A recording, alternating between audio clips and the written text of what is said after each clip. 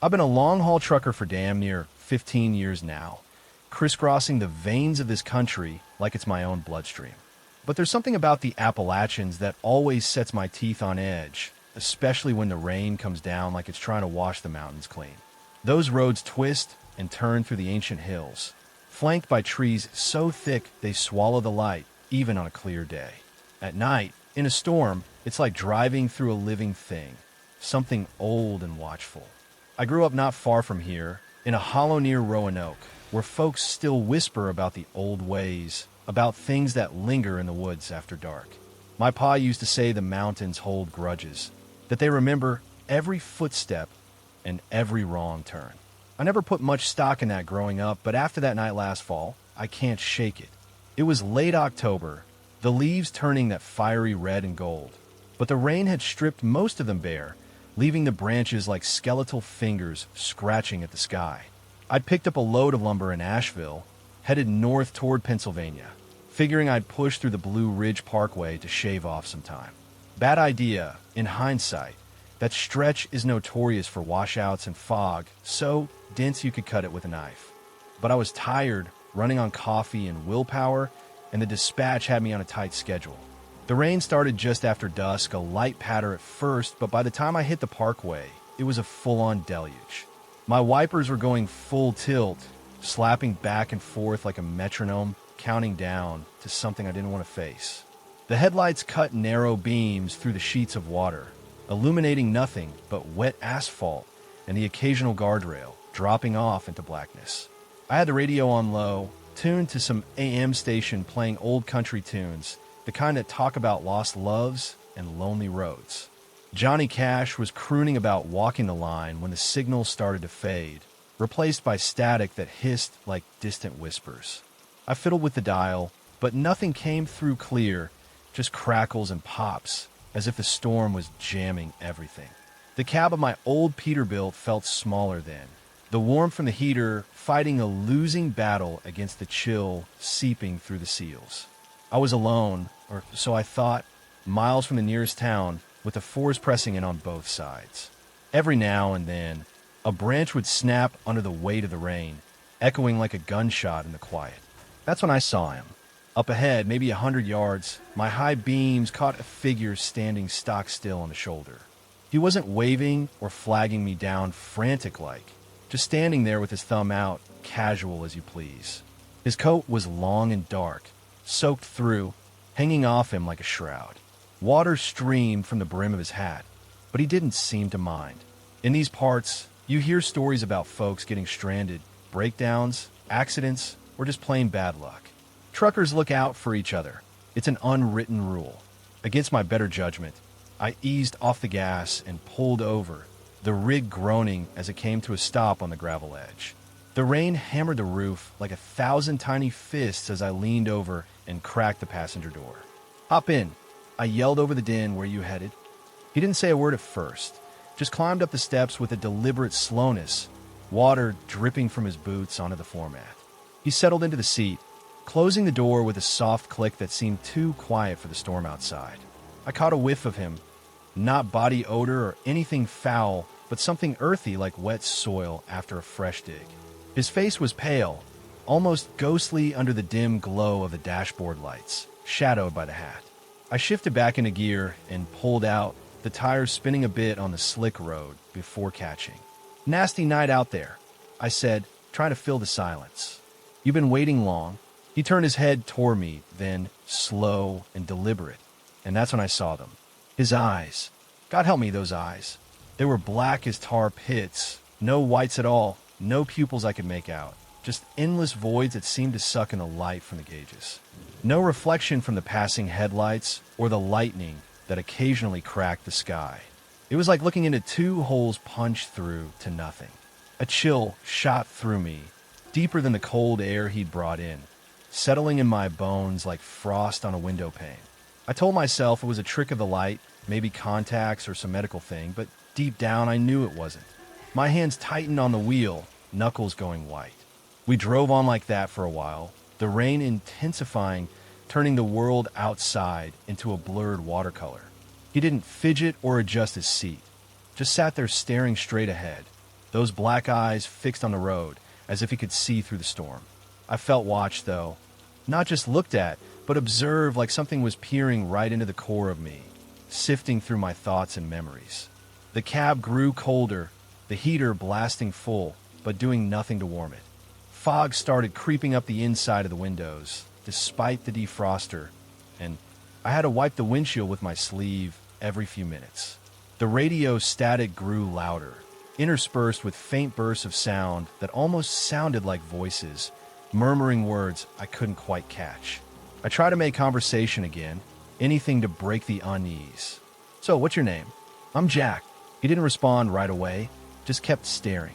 After what felt like an eternity, he spoke, his voice low and raspy, like wind through dry leaves.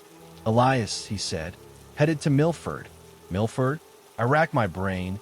I'd driven these roads 100 times, knew every podunk town and crossroads from here to the Ohio border. There was no Milford on any map I'd ever seen. "Milford? You sure about that? Ain't no town by that name around here." He turned those bottomless eyes on me again, and I swear the temperature dropped another 10 degrees. "It's there," he whispered, "just off the old logging road. Been there a long time." The miles dragged on, the Parkway winding higher into the mountains, the rain showing no sign of letting up. Lightning flashed more frequently now, illuminating the dense forest in stark white bursts, trees twisting like they were alive and reaching out.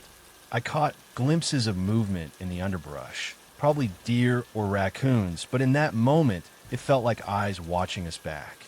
The stranger, Elias, if that's what he was, started humming faintly, a tune I didn't recognize, off-key and dissonant, blending with the static on the radio. It set my nerves on edge, like nails on a chalkboard, but subtler, worming its way into my head. I asked him more questions, where he was from, what he was doing out here, but his answers were vague, evasive. From the hollows, he'd say, or just passing through. Each time, those black eyes would flick toward me, holding my gaze longer than comfortable. I don't know how long we drove like that. Time seemed to stretch, the odometer ticking slower than it should. The fog rolled in thicker, reducing visibility to a few feet, forcing me to crawl at 20 miles an hour. The road narrowed, cliffs dropping off to one side. The guardrail bent and rusted in places. My mind started playing tricks. Shadows in the mirrors, shapes in the rain-streaked windows. The cold in the cab was unbearable now, my breath visible in puffs despite the heater. Elias leaned forward slightly, his pale hands clasped in his lap, veins standing out like rivers on a map. "You ever feel like the mountains are calling you back?" he asked suddenly, his voice cutting through the noise. "Like they want something from you?" I laughed it off, nervous, but it came out forced. "Nah, just trying to make a living." But his words stuck, echoing in my head. My pause stories came flooding back. Tales of folks who wandered into the woods and never came out the same, of shapes in the mist that mimicked people but weren't quite right. I glanced at Elias again, and in the flash of lightning, his face seemed off. The skin too taut, the features too symmetrical, like a mask slipping just a bit. Panic started building in my chest, slow at first, a tightness that made it hard to breathe. I needed him out of my truck, away from me. Up ahead, a pull-off appeared through the fog. One of those scenic overlooks with a gravel lot and a view of the valley, though tonight it was just a wall of gray. I signaled and pulled in, the rig rumbling to a stop. "This is as far as I can take you," I said, trying to keep my voice steady. "Milford ain't on my route." He didn't move at first, just sat there, those black eyes reflecting nothing. Then, without a word, he nodded. I turned to grab my thermos from the console, and when I looked back, he was gone. The seat was empty, the door still locked from the inside. No click of the handle, no slam. Water from his coat still pooled on the floor, but there were no footprints in the mud outside when I shone my flashlight through the window. The rain continued to pound, but the cab warmed almost immediately, the fog clearing from a glass. I sat there for what felt like hours, engine idling, heart hammering in my chest. Eventually, I pulled back onto the road, driving slow, checking my mirrors every few seconds. The radio came back clear, some preacher talking about lost souls in the wilderness. I made it to my drop-off in Pennsylvania the next morning, but I couldn't shake the feeling that something had followed me. Days turned to weeks, and I started avoiding the Parkway, taking longer routes through the flats. But on rainy nights, when the wipers slap and the static creeps in, I see them. Those bottomless eyes in the rear view, watching, waiting. I drive with the dome light on now, even in broad daylight, and I wonder if Milford is out there somewhere, calling me back. The mountains remember, after all, and maybe they haven't forgotten me yet. That night changed something in me, a crack in the armor I didn't know was there. I tell myself it was exhaustion, a hallucination from too many hours on the road, but deep down I know better. Folks in these parts talk about black-eyed people, strangers who appear out of nowhere, asking for rides or help, their eyes like voids that pull you in. Old-timers say they're omens, or worse, echoes of the lost. I don't know what Elias was, or where he went, but he took a piece of my peace with him. Now, every hitchhiker I pass, I speed up, averting my eyes. The rain brings it back, that creeping dread, the isolation of those winding roads. And sometimes in the quiet hours before dawn, I hear that humming in my head, faint and off-key, reminding me that some things in the Appalachians don't want to be explained. They just want to be felt, lingering like fog in the hollows.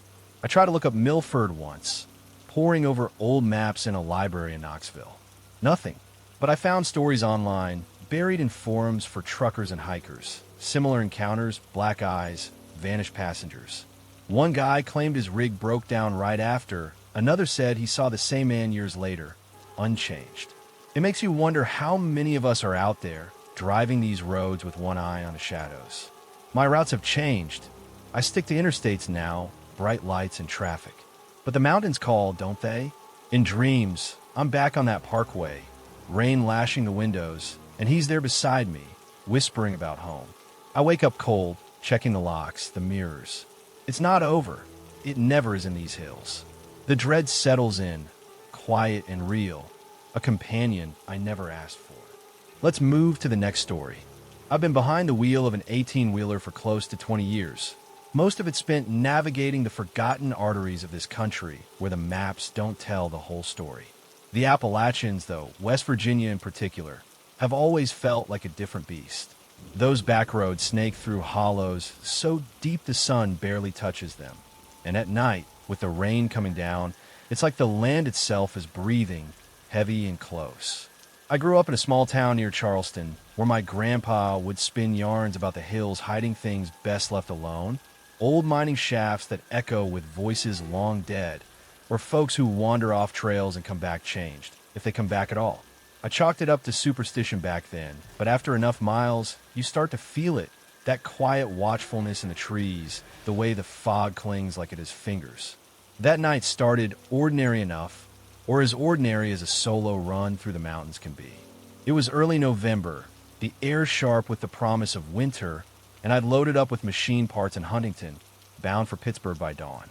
The interstate would have been smarter, but I took the back roads, Route 60 twisting into smaller county lines, to avoid the construction delays I'd heard about on the CB. Rain had been falling steady since sundown, not a torrent at first, but persistent, turning the asphalt into a slick mirror that reflected my headlights back at me. By midnight, it had picked up, drumming on the cab roof like impatient knuckles. My rig, an old Kenworth I'd patched up more times than I could count, hummed along, tires hissing on the wet pavement. The world outside was a blur of gray. Dense forest pressing in, occasional clearings where abandoned farmhouses sagged under the weight of neglect. Around 2 a.m., the fatigue was setting in. I'd been sipping black coffee from a thermos, the bitter taste keeping me alert, but the monotony of the road was lulling. No other vehicles for miles, just me, the rain, and the static on the radio as stations faded in and out. I was deep in the misty hollows now, where the road narrows and the cliffs rise sharp on one side, dropping off into ravines on the other. That's when my high beams caught something ahead, a silhouette stumbling along the shoulder, hunched against the downpour. At first, I thought it was a deer, but no. It was a man, coat flapping like wet wings, hat pulled low. He wasn't flailing for help, just walking with a deliberate stagger like he'd been at it for hours. Stranded motorist, I figured. These roads eat cars alive with potholes and floods. Truckers have a code. You don't leave someone out in that mess. I eased on the brakes, air hissing as the rig slowed, and flashed my highs to signal him. He approached slow, water streaming off his hat brim in rivulets, pooling at his feet as he climbed the steps into the cab. No luggage, no backpack, just him dripping silence onto the rubber mats. He nodded once, a curt acknowledgement, and settled into the passenger's seat, door thudding shut behind him. I caught a glimpse of his face in the dashboard glow. Weathered skin, maybe in his 50s, with a jaw set like he'd bitten down on something hard. "Appreciate it," he muttered, voice gravelly but faint, like it was coming from the back of a cave. I nodded back, shifting gears and pulling out. "No problem. Where you headed?" He didn't answer right away, just stared out the windshield, water beating on his coat. The cab smelled of damp wool and something else, musty, like old leaves rotting in a ditch. We rolled on, the rain relentless, wipers sweeping arcs across the glass. I tried small talk to cut the quiet. Silence in a confined space like that can weigh on you. "Nasty weather tonight. Your car break down back there?" He shifted slightly, head tilting oddly like he was listening to something I couldn't hear. "Something like that," he said, not looking at me. His voice echoed strangely, as if bouncing off invisible walls, too resonant for the cab. Lightning cracked overhead then, a jagged fork illuminating everything in stark white for a split second. That's when I saw his eyes, pure black, void of any light, like staring into an abyss. No whites, no irises, just endless darkness that didn't reflect the flash or the glow from the instruments. My stomach twisted, a cold knot forming. I told myself it was the light playing tricks, shadows from the hat, but my grip tightened on the wheel anyway. The cab filled with an unnatural quiet, broken only by the rain's patter and my own breathing, suddenly too loud. Miles ticked by, the road narrowing further into those misty hollows where the fog rolls up from the creeks like smoke from a dying fire. The stranger didn't move much, just sat there with that tilted head, black eyes fixed on the blurring landscape. I felt the isolation then, deep in my bones. The nearest town was 20 miles back. Cell signal a joke in these parts. "You from around here?" I asked, voice steadier than I felt. He muttered something low, almost under his breath, finding the way home. It didn't answer my question, but the words hung in the air, echoing in my mind. "Home? In this storm on foot?" The engine stuttered suddenly as he leaned closer, not dramatically, but enough to make the rig lurch. I checked the gauges, fuel fine, oil pressure steady, but a chill crept up my spine. Coincidence, I thought, but the dread was building slow, that sinking feeling of being trapped with something not quite human. The fog thickened, swallowing the road ahead, forcing me to drop speed. Headlights pierced it in weak beams, revealing twisted trees that seemed to lean in closer. Eerie sounds filtered in, branches creaking under the rain's weight, distant rumbles of thunder like growls from the hills.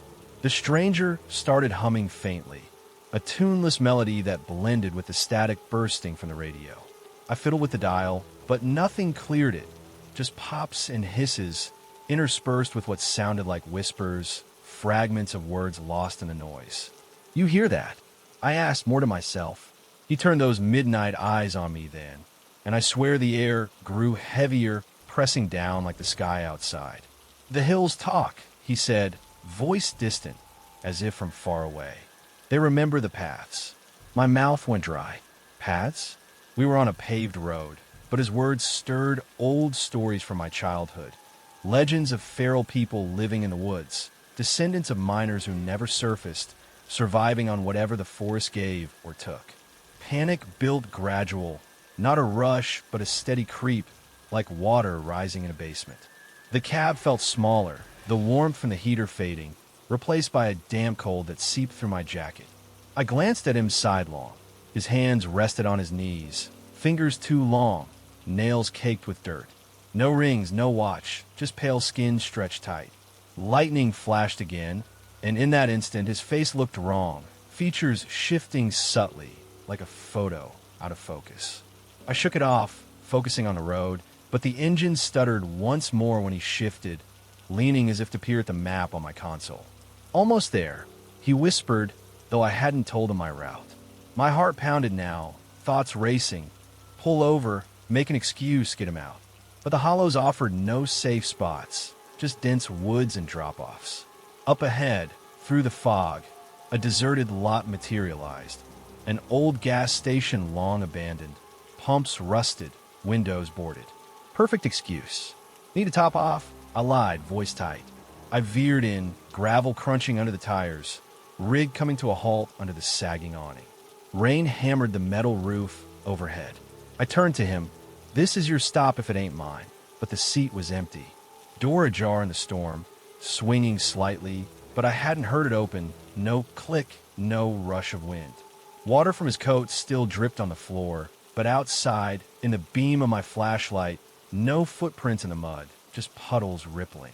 The fog swirled, and for a moment, I thought I saw a shape stumbling away into the trees, but it was gone when I blinked. I sat there, engine idling, doors locked, until dawn broke gray and weak. Drove the rest of the way to Pittsburgh in a daze, mind replaying every detail. Reported nothing. Who would believe it? But I haven't taken that route since, sticking to lit interstates where the world feels solid. Rainy nights bring it back, though, that depthless gaze watching from the dark, the humming in my head when sleep won't come. I wonder about him. Was he lost? Or something else? A sighting from the legends? An echo of the hills? The dread lingers, unexplainable, a shadow in the rear view. West Virginia's backroads hold their secrets tight, and sometimes they let one slip into your cab, leaving you to carry it alone. That encounter carved a hollow in me, a space where doubt festers. I drive with the radio off now, preferring silence to static whispers. Friends in the trucking circles share similar tales over coffee at stops. Black-eyed strangers appearing in storms, vanishing without trace. One old-timer swore his fuel gauge drained empty after picking one up. Another claimed scratches on his door that weren't there before.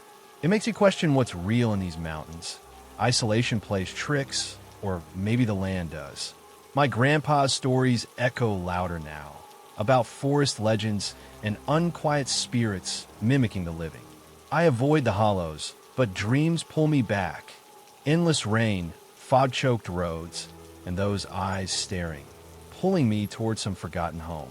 The sorrow hits unexpected, a quiet grief for what was lost that night. Not just peace, but trust in the ordinary. Every hitchhiker I pass, I speed by, guilt twisting with fear. Was he human once, wandering eternal, or a warning from the hills? Confusion clouds it all, no answers in the mist. I keep moving, rig rumbling on, but the Appalachians wait, patient, their eerie sounds calling in the rain. Some nights, I swear I hear footsteps on the shoulder, a silhouette in the fog, and I wonder if I'll stop again. Story 3. I've been trucking through the Smoky Mountains for nigh on 12 years, hauling everything from timber to textiles up and down those serpentine roads that carve through the heart of Appalachia. There's a rhythm to it, a kind of solace in the isolation, but when the rains come, and they come fierce in these parts, it turns the whole landscape into something primal, unforgiving. Rivers swell like veins about to burst, and the bridges groan under the weight of it all. I remember my uncle telling stories around the fire back in my childhood home near Gatlinburg about how the mountains hold onto their dead, how floods wash up things that ought to stay buried. I laughed it off then, but after that October night, those tales don't seem so far-fetched. The dread creeps in slow, like mist rising from a creek, and once it's there, it doesn't leave. It was mid-October, the leaves peaking in their autumn blaze, but the storm had stripped many bare, leaving the trees stark against the darkening sky. I picked up a load in Knoxville, steel beams destined for Charlotte, and decided to skirt the main highway to avoid the tourist traffic clogging I-40. Instead, I took the back ways, those narrow two-laners that hug the foothills of the Smokies, where cell service drops and the world feels a century behind. The rain started as I crossed into North Carolina, a steady drizzle at first, but by nightfall, it was a biblical downpour. Water sheeted across the road, pooling in dips and rushing over the edges like miniature waterfalls. My semi's wipers thrashed back and forth, barely clearing the view, and the headlights reflected off the wet pavement in blinding glares. The cab was my cocoon, heater humming, radio tuned to a fading bluegrass station that crackled with interference. Flood warnings had been buzzing on the CB all evening. Creeks overflowing, low-lying areas submerged, but I pressed on, figuring I'd seen worse. Near the Nantahala River, the road dipped into a flooded section, water lapping at the tires, spray kicking up like rooster tails. That's when I spotted him under the shadow of an old concrete overpass, the kind built back in the WPA days, cracked and overgrown with vines. He was waving, not frantic but insistent, his figure blurred by the rain. Looked like a local caught in the deluge. Maybe his truck stalled out somewhere upstream. In these hills, you help when you can. Folks remember kindnesses and grudges too. I slowed the rig, air brakes hissing, and pulled as close as I dared without risking the soft shoulder. Flashed my lights, and he jogged over, climbing the steps with water cascading from his oilskin coat. He slid into the passenger seat, doors slamming shut against the wind, and immediately the cab filled with the smell of damp earth, rich, loamy, like fresh-turned soil after a grave dig. His clothes were sodden, heavy with rain, but he didn't shake them off or complain. Just nodded thanks and settled in, hands folded in his lap. I pulled back onto the road, the semi lumbering through the floodwaters, engine growling low. "Rough night," I said, glancing over. His face was angular, shadowed under a wide-brimmed hat, but it was his eyes that hit me like a gut punch. Solid black, no iris, no whites, no spark reflecting from the cab's glow. Just voids, absorbing everything without giving back. A trick of the light, I thought, maybe cataracts or some condition, but my skin prickled anyway, a deep unease settling in. We drove in tense quiet, the rain pounding the roof like a relentless drum, wipers struggling to keep pace. The road twisted ahead, climbing out of the valley, but the floods made every turn treacherous, water eddying around bends. He didn't fidget or shift like most hitchers do, trying to get comfortable. Just stared out at the blurred landscape, those black eyes unblinking. The air in the cab grew thick, oppressive, like the humidity was sealing us in, fogging the windows from the inside despite the defroster blasting. I tried to ignore it, focusing on the white lines flickering in the headlights, but shadows played tricks. Branches whipping in the wind looked like figures darting across the road, and every rumble of thunder echoed like a warning from the hills. After a few miles, the silence gnawed at me. "What's your name?" I asked, voice louder than intended over the storm. He turned slowly, a faint smile curling his lips, revealing teeth too even, too straight for a man who'd been out in the elements. "Just passing through," he said, his voice smooth but distant, like an echo from a deep well. No name, no destination, just that phrase hanging in the air. I nodded, pretending it didn't bother me, and asked where he was headed. "Up the way," he replied, vague as fog. The conversation died there, but the sense of wrongness built, slow and insidious. Whispers started echoing in my head, indistinct at first. Maybe the wind through the seals, or the radio static flaring up, but they grew, murmuring words I couldn't quite catch, like voices carried on the rain. The road climbed higher, into denser forest where the trees arched over like a cathedral gone wrong, their limbs creaking in the gale. Floodwaters receded a bit, but the isolation deepened. No lights from houses, no passing cars, just us and the storm. I caught him glancing at me sidelong, those black gazes lingering too long, and each time, a chill wormed deeper into my chest. The heater couldn't touch it. My fingers numbed on the wheel despite the warmth. Old stories surfaced in my mind. Feral people in the woods, descendants of settlers who never left the hollows, living wild and watchful. Or forest legends about doppelgangers, things that mimic but get the details wrong. He hummed then, a low tune that didn't match any melody I knew, discordant notes blending with the rain's rhythm. It set my teeth on edge, that sound like it was pulling at something inside me. Panic simmered beneath the surface, Not explosive, but creeping, like vines overtaking an abandoned cabin. The twists in the road felt endless, the odometer ticking slower than it should, as if time itself was stretching in his presence. Shadows in the headlights danced unnaturally, deer eyeshine that vanished too quick, shapes in the underbrush that could be nothing or everything. I swore the engine hesitated when he leaned forward slightly, peering at the dashboard like he was reading my thoughts. "These mountains," he said suddenly, unprompted, "they swallow folks whole. You ever feel that pull?" His words slithered into my ears, and the whispers in my head sharpened. Names, maybe, or please, echoing from nowhere. My heart thudded heavy, sweat beating despite the cold. I needed him out, away from this confined space where his presence pressed like a weight. Spotting the next exit through the downpour, a faded sign for a long-closed rest area. I veered off abruptly, claiming engine trouble over the roar. "Gotta check something," I muttered, pulling into the cracked asphalt lot, overgrown with weeds pushing through. The rig shuddered to a stop under a lone sodium light flickering in the rain. I turned to him, ready to insist he go, but as I blinked, he vanished. Gone in that instant, the seat empty, no door opened, no footsteps retreating into the night. His scent lingered, that damp earth, and a puddle remained where he'd sat. But outside, in the beam of my flashlight, no trace in the mud, just rivulets carving paths in the dirt. The air lightened immediately, the whispers fading to the storm's natural howl.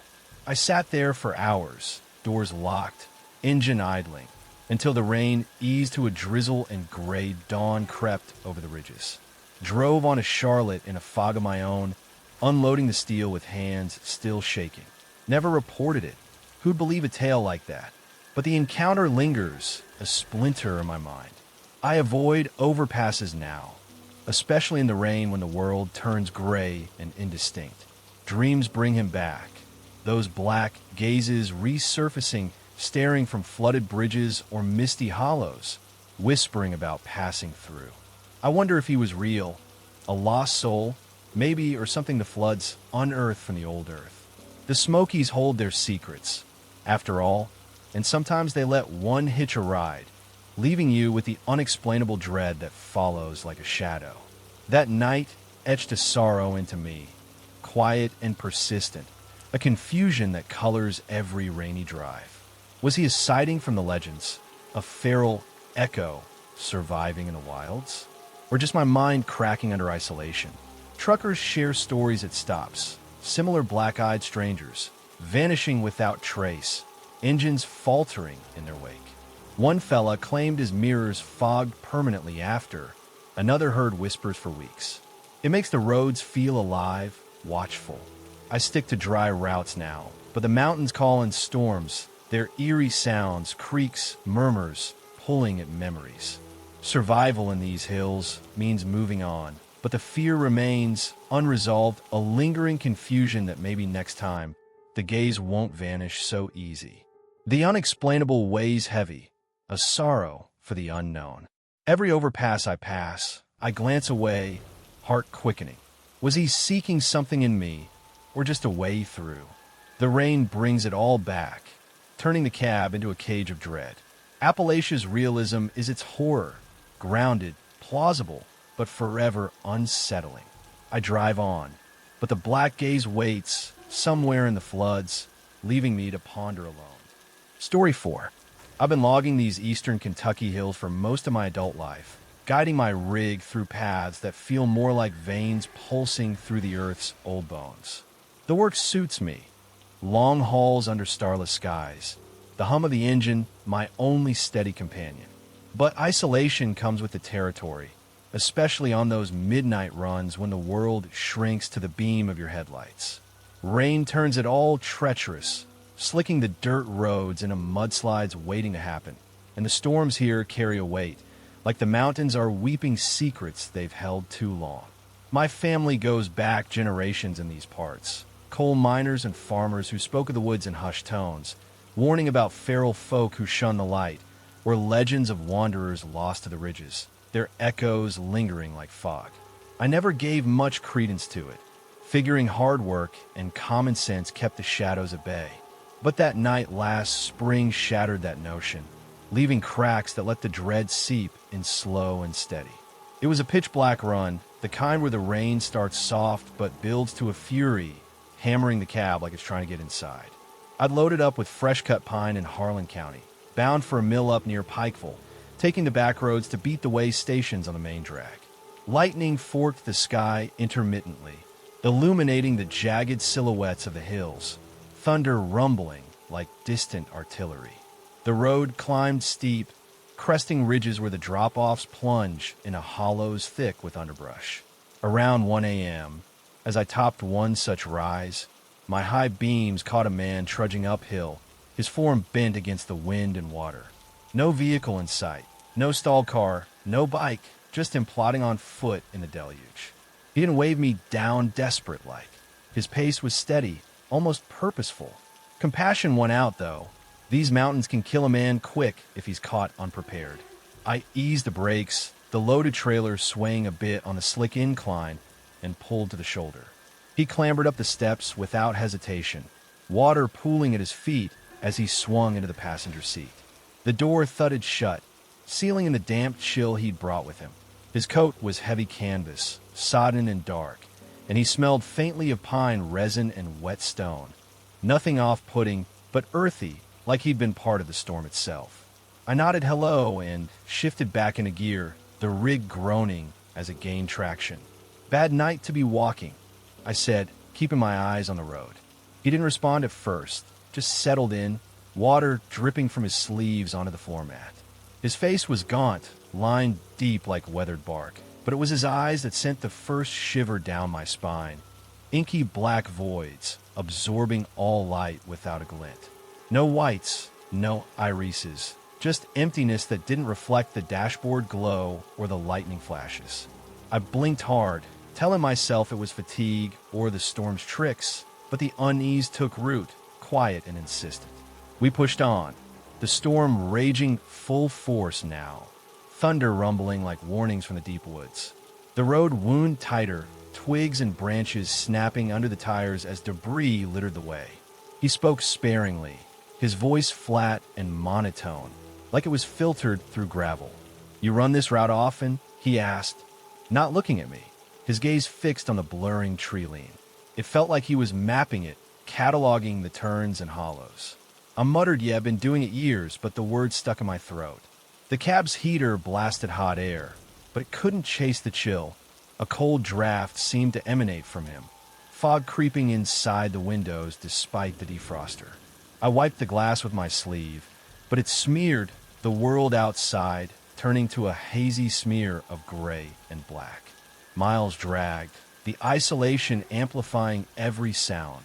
Rain's ceaseless assault, the occasional crack of lightning, and beneath it, eerie whispers from the wind slipping through cracks. The forest pressed close, ancient oaks and pines leaning in as if listening.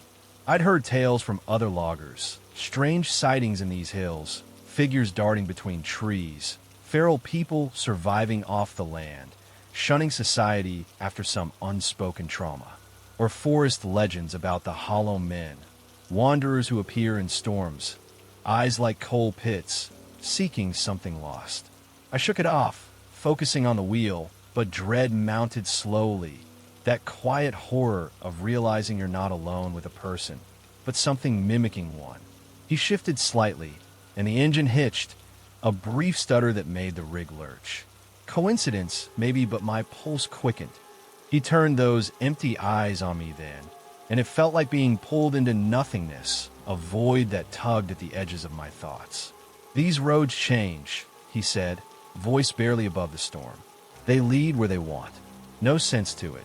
But the words burrowed in, stirring memories of my grandpa's stories about paths that shift in the rain, luring folks into the wilds. The cab felt smaller, the air thicker, oppressive with unspoken threat. Fog blanketed the road now, reducing visibility to mere feet, forcing me to crawl. Shadows played in the headlights, branches twisting like limbs, shapes in the undergrowth that vanished when I looked direct. A low hum started from him. Not a tune, but a vibration, blending with the thunder, setting my nerves alight. Panic built gradual, a creeping tension that tightened my chest, made my hands slick on the wheel. I faked a call on the CB, crackling static into the mic like I was checking in with bass. Gotta pull over, I lied, voice steady as I could manage. Signals cutting out. The shoulder widened ahead, a gravel pull-off scar by tire tracks. I eased in, brakes hissing, the rig settling with a sigh. Turned to him.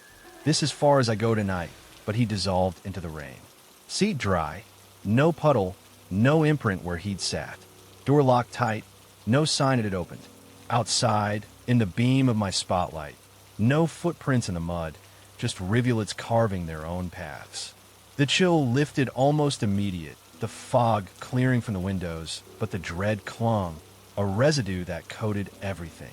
I sat there till the storm eased, engine idling, mind reeling. Drove the rest of the haul in silence, unloading at the mill with dawn breaking cold and clear. Never mention it to anyone. Sounds crazy, right? But the memory clings, resurfacing on rainy Appalachian nights that echo with unspoken threats. I avoid those ridges now, take longer routes with more traffic, but dreams pull me back. Endless storms, void eyes waiting in the downpour, humming that low dirge. Was he feral, some lost soul from the hollows?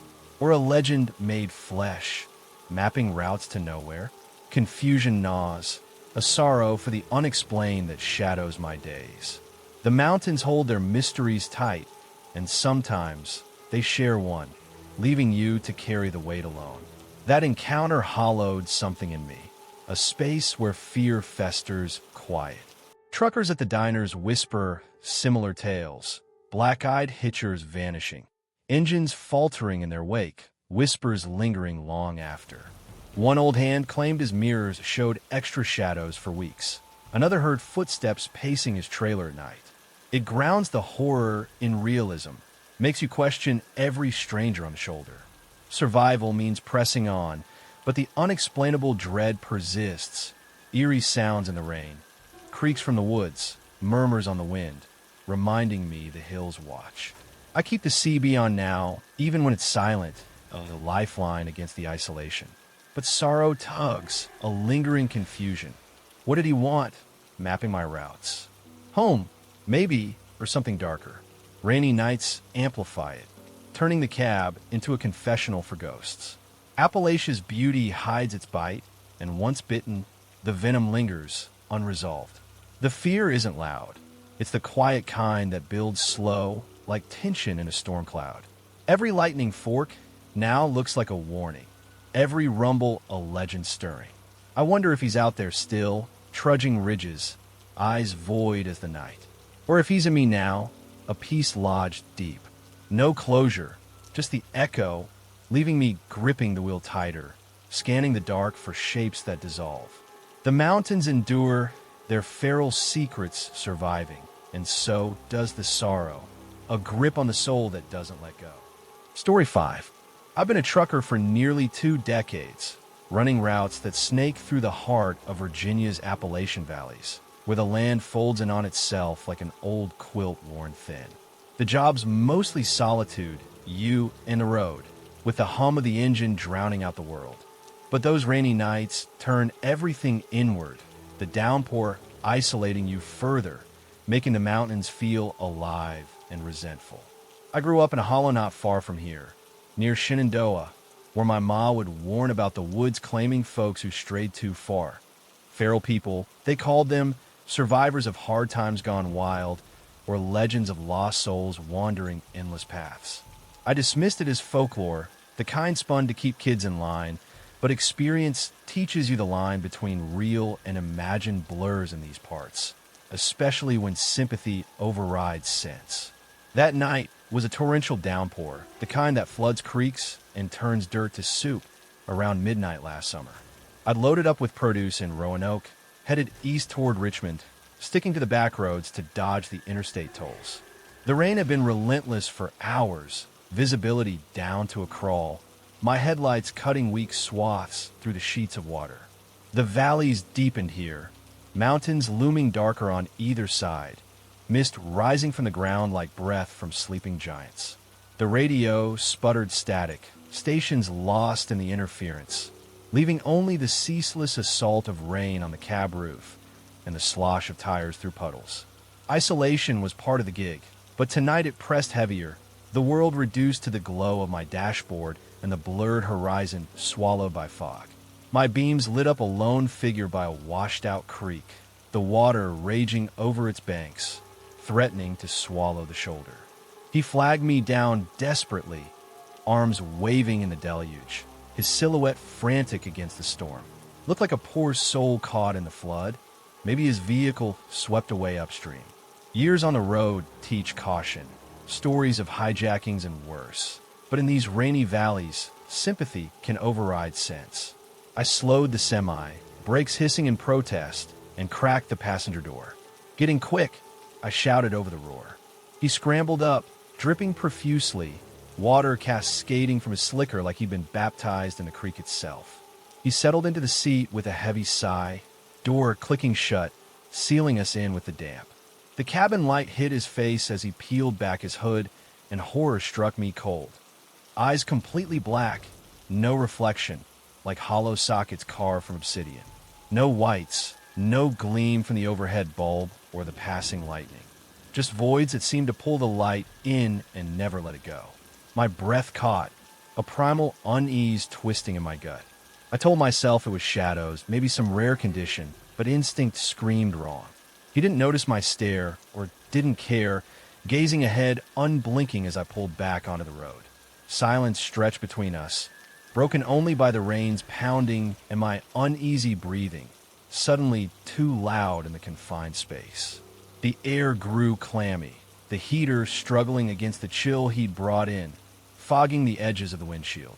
We drove on, curves winding tighter through the valleys, the mountains amplifying the isolation. Mist swallowed the horizon, turning the world into a narrow tunnel of wet asphalt and looming ridges. He murmured something low, too calm for the chaos outside. "Lost paths," he said, voice like dry leaves skittering over gravel. It didn't make sense, but the words hung, echoing in my mind. I tried small talk to shake the dread. "What happened to your ride?"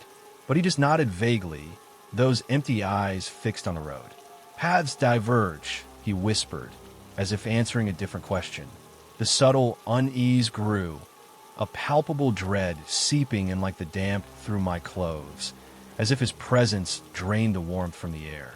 The cab felt smaller, the storm raging harder, thunder rumbling deep in the chest like the hills themselves grumbling. Lightning cracked, illuminating the landscape in stark flashes. Twisted trees clawing at the sky, shadows darting in the underbrush that could be deer or something else. Eerie sounds filtered through the noise, branches creaking under the wind's weight, distant howls that might be coyotes or the wind playing tricks. My mind raced with old tales from childhood. Feral people lurking in the woods, survivors of forgotten communities, eyes gone dark from years in the shadows. Or forest legends about wanderers trapped in eternal loops, seeking paths home that no longer exist. He shifted slightly, and the engine coughed, a brief stutter that made the rig sway. Coincidence, I thought, but my hands tightened on the wheel, knuckles aching. He turned those void eyes toward me then, and a faint, knowing smile played on his lips in the next lightning burst. Teeth even, expression too serene, like he knew secrets buried in the valleys. Panic built slow, not a surge but a steady climb, like water rising in a locked room. The road twisted into deeper wilderness, no lights from distant cabins, no other vehicles braving the flood. Whispers seemed to emanate from him, indistinct murmurs blending with the rain, words like home and forgotten that wormed into my thoughts. The mist thickened, forcing me to drop speed, the semi groaning on the inclines. Isolation pressed in, survival instincts kicking, get him out, find a way. But the valleys offered no escape, just endless curves and the ceaseless downpour. He hummed now, a low, discordant note that vibrated through the cab, setting my teeth on edge, amplifying the unexplainable dread. My escape plans raced. Fake a breakdown, pull over abrupt. Anything to break the spell his presence cast. A dimly lit turnout appeared through the haze. An old logging pull-off, gravel slick but wide enough. I insisted on a brake, voice tight, need to check the tires. Veering in sharp, the rig sliding a bit before stopping. Turned to him, ready to demand he leave. But he was gone, vanished without opening the door. No click, no rush of cold air. The seat was empty, still damp from his coat, but no footprints outside when I shone the flashlight into the storm. The mist swirled, and for a split second, I thought I saw a figure receding into the trees, but it dissolved like smoke. The cab warmed almost instantly, the whispers fading to the natural howl of wind, but the dread lingered, a scar etched deep. I waited there till the rain slackened, doors locked, heart pounding out the minutes. Drove the rest of the night in a haze, unloading in Richmond with dawn breaking weak and watery. Never told a soul. Sounds like madness, doesn't it? But that rainy encounter scars me still, resurfacing in dreams where void eyes emerge from the storm, murmuring about lost paths. I scan the roadsides now. Every hitcher a potential threat, sympathy buried under caution. Was he feral, some outcast from the hollows, eyes ruined by darkness? Or a legend walking, an unquiet soul seeking company on forgotten trails? Confusion clouds it, a sorrow that tugs at quiet moments, leaving no closure. The Appalachians hold their mysteries close, eerie sounds in the night. Creaks from the woods, whispers on the wind, reminding me survival isn't always escape. Some things hitch a ride in your mind, draining the warmth and stay. The valleys call back in storms, their isolation a lure I resist but feel. Truckers share tales over coffee, strange sightings, black-eyed strangers vanishing, paths that lead nowhere. One claimed his fuel ran dry, unnatural quick after. Another heard murmurs for days. It grounds the horror, makes it plausible, unsettling in its realism. I avoid those creeks now, take brighter routes, but sorrow lingers, a fear that next time, the eyes won't vanish. What path was he on, and did he pull me onto it? The downpour brings it all rushing back, turning the cab into a chamber of dread. Virginia's rains wash much away, but not this. The unexplainable, the gripping confusion of something brushing too close. I drive on, but the void waits, emerging from mist, leaving me to ponder alone in the dark. That night hollowed a part of me, a space where doubt festers slow. Every lightning flash now seems a reveal, every thunder a legend stirring from sleep. Survival in these mountains means moving, but the emotional grip tightens with each rainy drive. Was he real, a desperate man changed by the wilds? Or an echo of the feral, surviving on the fringes? No answers, just the lingering sense of loss, for peace, for certainty. The eerie sounds persist in memory. His hum, the rain's assault, whispers that might be my own fears. Appalachia's beauty masks its bite, and once felt, it scars deep, unresolved. I check mirrors more, scan shoulders, but the fear remains a companion in the valleys, sowing sorrow that blooms in the storm. Story 6. I've been hauling across Tennessee's stretch of the Appalachians for over a decade, those winding interstates that cut through the hills like scars on old skin. The work keeps me moving, away from the quiet life I left behind in a small town near Chattanooga, where folks still gather round porches telling tales of the mountain's hidden sides. Feral people scraping by in forgotten hollows, legends of wanderers who vanish into the ridges, their cries carried on the wind. I always figured it for entertainment, something to pass the time, but the isolation of the road has a way of making you question, especially in heavy rain, when the world blurs and the highway turns slick, a nightmare waiting to unfold. One spring night last year proved it, etching a shadow into my mind that no amount of miles can outrun.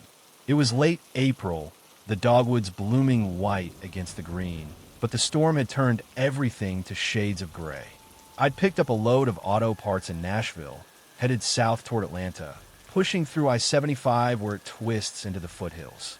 The rain came down in sheets, relentless, reducing visibility to near zero, headlights bouncing off the water like scattered stars.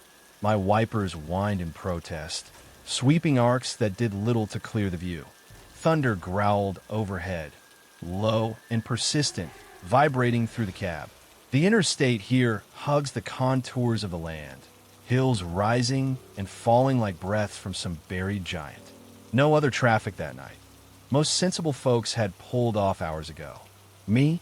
I was chasing a deadline, coffee gone cold in my thermos, the radio hissing static as signals faded in the valleys. That's when a shape materialized on the median, emerging from the deluge like it had been waiting. A man, arms outstretched, not waving frantic, but standing deliberate, as if expecting me. Water streamed around him. The median grass turned to mud. Reluctantly, I halted. The code among truckers is to help if you can, but something about his stillness set my nerves tingling. The rig shuddered to a stop, hazard lights flashing orange in the rain. He crossed the lane swift, climbing the steps without a word, shaking off the deluge as he entered. Door shut with a thud, and the cab filled with the scent of wet asphalt and something deeper like moss on stone. He settled in, coat dripping onto the seat, but didn't offer thanks or explanation. Just nodded once, face half-shadowed. Under the glow of the instruments, his eyes gleamed unnaturally black, devoid of any life or light, like polished coal absorbing everything. No reflection from the gauges, no spark when lightning cracked. A chill prickled my skin, deeper than the damp he'd brought in. I shifted gears and pulled out, the semi gaining speed slow on the slick pavement. "Where you headed?" I asked, voice steady as I could manage. He didn't answer, just fixed those abyssal eyes on the road ahead, unblinking. We proceeded in hushed tension, the wipers whined the only rhythm, thunder growling like a beast stalking the hills. The cab felt smaller already, the air heavier with unspoken menace, as if his presence thickened it. Miles blurred by, the interstate undulating through the Appalachians, hills rising steep on one side, dropping into darkness on the other. The storm unrelenting, rain hammering like accusations. He offered no story, no breakdown tale, no reason for being out there. Just sat rigid, those black eyes scanning the horizon, occasionally glancing my way. Each look lingered, pulling at something inside me, a deep-seated fear stirring slow. The heater blasted, but a cold draft seeped in, fogging the edges of the windows. I wiped them clear, but the mist returned quicker, like the cab was breathing with us. Eerie sounds crept through the noise, branches scraping in the wind along the tree line, distant rumbles that echoed too long, as if the mountains were murmuring back. Whispers seemed to emanate from him then, indistinct but insistent.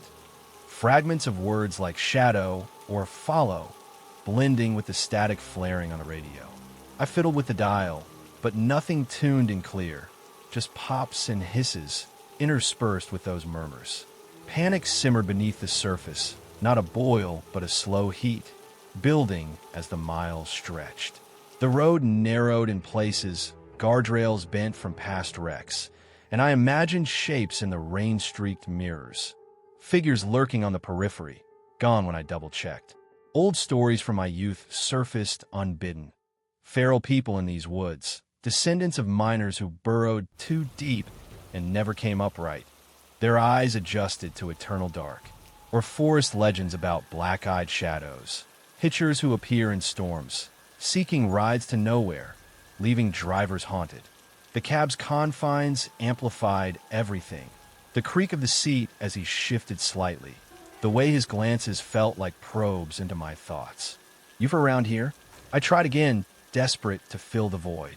His voice came low, flat, been traveling long. No more, but it hung there, echoing in my head. Lightning illuminated the landscape in bursts, twisted oaks clawing at the sky, mist rolling up from the valleys like smoke from hidden fires. The air grew oppressive, heavy with that unspoken menace, my breathing shallow. Survival instincts kicked in subtle. Gripped the wheel tighter, scanned for exits, but the interstate offered few in these remote stretches. Isolation wrapped around us, the storm a barrier to the world outside. He leaned forward once, peering at the GPS screen, and the engine stuttered, a brief cough that made the rig lurch on the slick highway. Gauge is fine, but my heart raced. Coincidence? The whispers grew clearer, insistent pleas or warnings I couldn't parse. Panic built layer by layer, a creeping dread that made my skin crawl, realizing this wasn't just a man, but something off, a shadow mimicking form. Hills rose and fell endless, the storm stirring that primal fear of being trapped. Watched. A faint smile tugged his lips in a lightning flash, knowing too still. My mind raced with escape. Fake a call, pull over sudden, anything to end the ride. Spotting a rest area ahead, lights dim through the rain, empty lot yawning. I veered in sharply, tires hydroplaning a touch before gripping. Pit stop, I muttered, voice tight. Turned to him, ready to insist he go, but upon checking, he'd evaporated. Seat empty, no wet marks, no imprint from his coat. Door locked, no sign it had opened. Outside, in the beam of my flashlight, no footprints in the puddles, just the rain rippling surfaces. The air lightened instant, whispers gone, but the quiet dread took root deep. I sat there hours, engine idling, until the storm passed and gray dawn filtered through. Drove on to Atlanta in a numb haze, unloading with hands still unsteady. Never spoke of it. Truckers would laugh, or worse, share their own chills. But the dread persists, resurfacing on rainy nights in these mountains, carrying the weight of those black eyes lurking in the periphery. I avoid medians now, skin shadows longer, but dreams replay it. Endless highways, abyssal gazes glancing from the dark, whispers following. Was he feral, some lost denizen of the hills, eyes ruined by shadow, or a legend's echo, a shadow on the slick, seeking what? Confusion lingers, a sorrow that taints the solitude I once craved. The Appalachians hold their secrets, eerie sounds in the thunder, growls, murmurs, reminding me survival isn't escape. Some shadows hitch forever, leaving fear to simmer unresolved. That night carved a hollow in me, a space where questions fester slow. Fellow haulers whisper at stops, black-eyed shadows on stormy runs, vanishing passengers, engines faltering in their wake. One claimed his radio tuned to dead voices after, another saw shapes on medians recurring. It grounds the unsettling in realism, makes you doubt every outstretched arm. Isolation's price, perhaps, or the mountain's toll. I keep moving, rig rumbling south, but sorrow tugs, a lingering confusion for the unexplained. What path was he on, arms wide in the rain? Home, or something darker. Rainy drives amplify it, turning the cab to a confessional, black eyes waiting. Tennessee's interstates wind on, their nightmares slick and silent, and I wonder if next storm, the shape will return, arms outstretched, pulling me into the periphery. The fear isn't sharp. It's the dull ache of survival in these hills, where strange sightings blur with reality. Every thunder growl now echoes menace. Every wiper whine a reminder. Was he human once, broken by the wilds? Or feral legend, shadowing the lost? No closure, just the emotional grip tightening with each mile. The unexplainable dread clings, a companion in the cab, sowing sorrow that blooms in isolation. I check mirrors more, avoid rest areas dim, but the black-eyed shadow lurks, evaporating yet enduring, leaving me to carry the weight alone in the storm.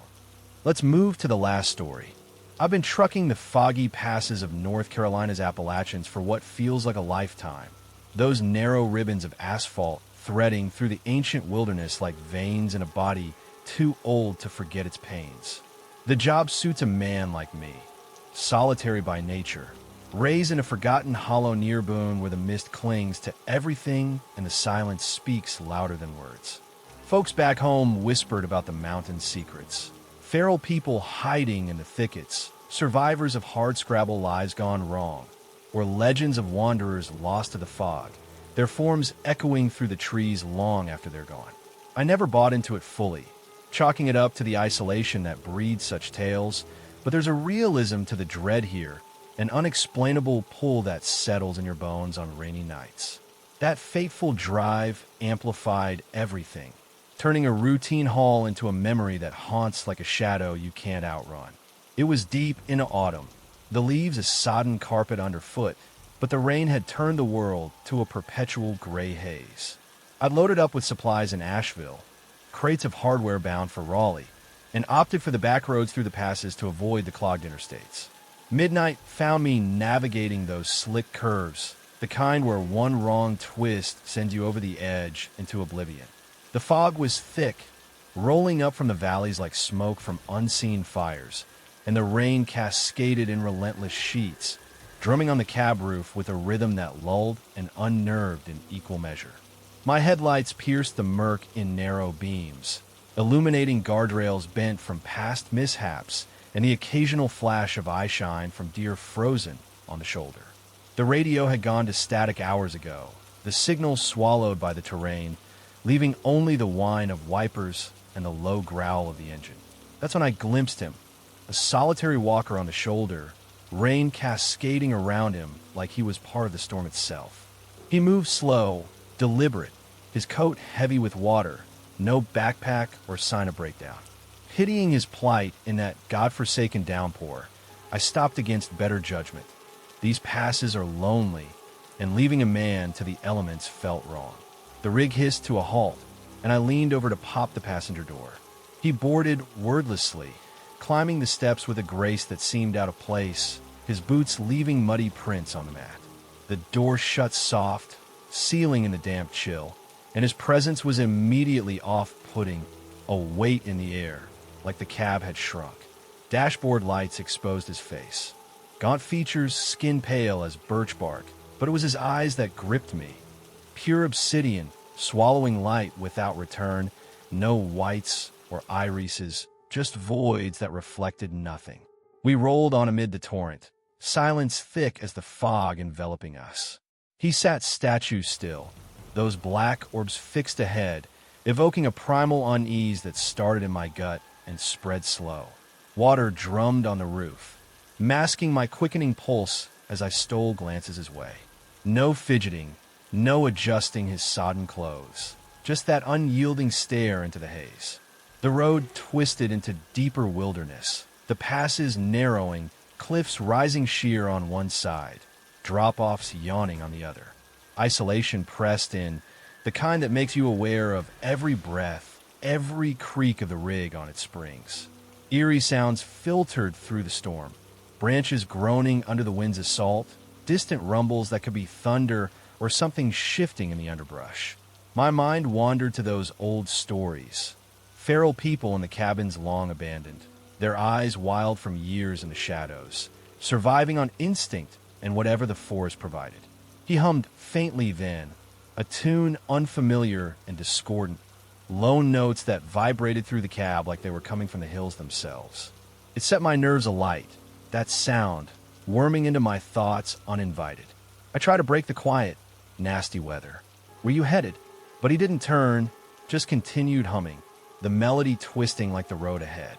The fog deepened, forcing me to slow, the semi crawling through curves slick with runoff. Dread built layer by layer, that grounded terror of the inexplicable settling like mist on glass. The heater blasted, but a cold emanated from him, chilling the air despite the vents. Whispers seemed to join the hum. Indistinct murmurs from the static on the radio, words like lost or return that I convinced myself were imagination. But they persisted, blending with the rain's patter, amplifying the unexplainable. Lightning sporadically cracked the sky, illuminating the landscape in harsh white.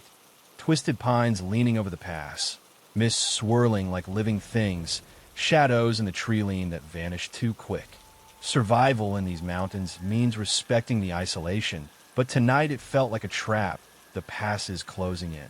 He shifted once, barely, and the engine stuttered, a brief hitch that made the rig lurch on the wet pavement. Gauges read normal, but my hands gripped the wheel tighter, knuckles aching. Old legends resurfaced. Forest spirits mimicking the living, or feral wanderers from derelict cabins, eyes blackened by darkness, seeking warmth or company or something more sinister. His hum grew, slightly louder, discordant notes evoking sorrow, a tune that pulled at memories of my own losses, the empty home I left behind, the quiet regrets of a life on the road. The journey dragged, time stretching into confined space, the overlooked signs blurring past.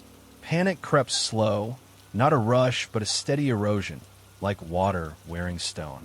The cab's air thickened, oppressive with his silent presence, my breathing shallow. He turned those void eyes on me finally, and it felt like falling into nothing, a pull that drained the color from the world. No expression, just that stare, evoking a sorrow deep and unnameable. I needed out, away from him. A foggy overlook appeared ahead, a pull-off with a rusted railing overlooking the void. I halted abruptly for air, voice tight as I muttered the excuse. The rig settled, and I turned, but he was absent, dissipated into the night without a trace. Seat empty, door locked, no wet trail or boot print. Outside, in the beam of my flashlight, the rain-swept shoulder showed nothing, just puddles rippling under the downpour. I sat there frozen, engine idling, the hum echoing in my head long after. The fog lifted slightly as dawn approached, but the dread didn't. Drove the rest of the route in a numb haze, unloading in Raleigh with the sun weak and filtered. Echoes of that encounter haunt my routes now. I avoid those passes when I can, take brighter paths with more traffic. But in rainy Appalachian darkness, I brace for those void eyes reappearing in the haze, the hum resurfacing in quiet moments. Was he feral, some outcast from a crumbling cabin in the wilderness, eyes ruined by perpetual shadow, or a legend walking, an unquiet echo seeking paths through the fog? Confusion clings, a sorrow that colors every storm, leaving no answers. The mountains endure their eerie sounds, creaks in the wind, murmurs in the mist, reminding me that some things aren't meant for closure, just lingering like fog in the hollows. That night hollowed a part of me, a void where fear festers slow and real. Truckers at the stops share whispers, strange sightings on rainy drives, black-eyed shadows boarding and vanishing, leaving cabs cold and minds unsettled. One old-timer claimed his mirrors fog for days after. Another heard that discordant hum in dreams. It grounds the horror, makes it plausible in its unsettling way. The isolation breeding survival tales that blur with truth. I keep the radio on now, even through static, a barrier against the silence. But sorrow tugs, a lingering confusion. What was his plight, that solitary walk in the torrent? Seeking shelter, or drawing others into the haze? Rainy nights amplify it all, turning the cab into a chamber of dread, void stares lurking on the shoulder. North Carolina's passes wind eternal, their feral secrets surviving in the fog. And I wonder if next storm, the walker will return, wordless and off-putting, pulling me deeper into the inexplicable. The unexplainable weighs like a stone in the chest, a sorrow for the unknown that shadows my miles. Every curve now holds potential, every raindrop a reminder of that primal unease. Survival means pressing on, but the emotional grip tightens with each passing overlook. Was he human once, broken by the wilds and cabins long forgotten? Or an echo of forest legends, statues still in the storm? No full understanding, just the creeping tension that builds anew in dreams. Slick roads, obsidian eyes, a hum discordant and faint. Appalachia's realism is its curse, grounded, disturbing, gripping the soul without release. I scan the shoulders more, pity tempered by caution, but the fear remains, a companion in the passes, sowing confusion that blooms in isolation. The rain-swept nights carry it on, void stares dissipating yet enduring, leaving me to navigate the haze alone.